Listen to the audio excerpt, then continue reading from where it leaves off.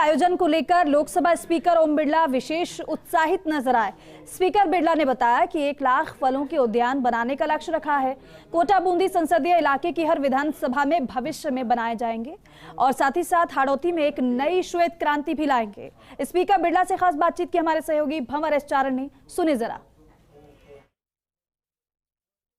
35 से 40 हज़ार किसान इन 2 दिनों में कृषि महोत्सव में कोटा बूंदी संसदीय क्षेत्र के दशहरा मैदान कोटा में जुटने वाले हैं और ये सारा आयोजन लोकसभा स्पीकर ओम बिरला की पहल पर हो रहा है। लेकिन इससे पहले आप देखिए किस तरह से संसदीय क्षेत्र के अपने दौरे के दौरान बिरला आम जन से यहाँ पर लगातार मुलाकात कर रहे हैं और जनवाव उपयोग सुन रहे हैं। बिरला साहब, खासकर आज किसानों के लिए बहुत बड़ा दिन है। इस देश के अंदर आर्थिक रूप से भी और रोजगार की दृष्टि से भी देश के किसानों का बहुत बड़ा योगदान रहा है। हम चाहते हैं कि आज भी 50 से 60% आर्थिक तंत्र हमारा देश के किसानों से चलता है। हम किस तरीके से देश में हमारी जैविक खेती के साथ साथ हमारी प्राचीनतम पद्धतियों को भी शामिल करते हुए किस तरीके से आधुनिक तरीके से खेती कर कम ज़मीन में ज़्यादा उत्पादन और सही उसको रेट मिले, इसके लिए एक प्रयास किया जा रहा है।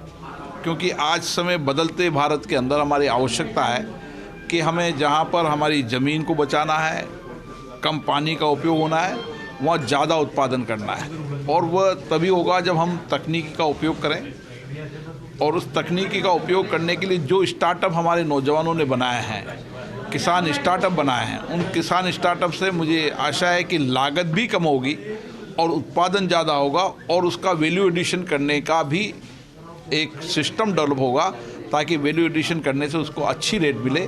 इन सारी चीज़ों को लेकर एक कृषि का मेला है जिसमें प्रशिक्षण होगा, शिक्षण होगा और अच्छे खाद, बीज, पेस्टिसाइड का कम उपयोग करना, किस तरीके से ज़मीन को बचाना, इन सारे बातों में जानकारी किसानों को मिलेगी। तो बिरला साहब, कहा जा सकता है कि जैविक खेती में जितने कृषि के नवाचार हैं उनकी प्रयोगशाला बनेगा कृषि प्रधान हाड़ौती अंचल। निश्चित रूप से हाड़ौती की ज़मीन, यहाँ पर पानी, दोनों देश में बेहतर है। मैं तो मानता हूँ, अपने अपने लोकसभा क्षेत्र में मानते हैं, लेकिन यहाँ पर पानी पर्याप्त मात्रा है। चंबल है, पार्वती है, काली सिंध नदियाँ हैं, यहाँ की ज़मीन अच्छी है।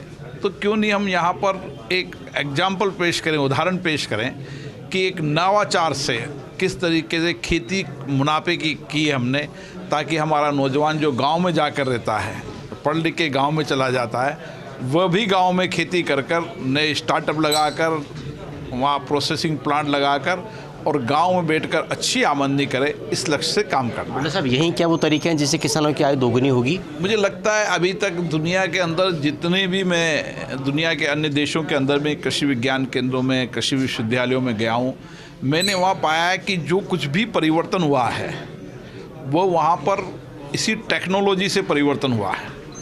और अगर हम डेवलप्ड देशों की बात करें तो वहाँ भी टेक्नोलॉजी से परिवर्तन हुआ, तो हम क्यों नहीं टेक्नोलॉजी का उपयोग करें। आज भारत के नौजवानों की बौद्धिक क्षमता, उनकी इनोवेशन की क्षमता, उनकी रिसर्च की क्षमता दुनिया में सबसे ज़्यादा है। तो भारत के उन सब बौद्धिक क्षमता का उपयोग हिंदुस्तान में करें, कोटा में करें, इसी लक्ष्य से काम करें। एक ब्रेक का वक्त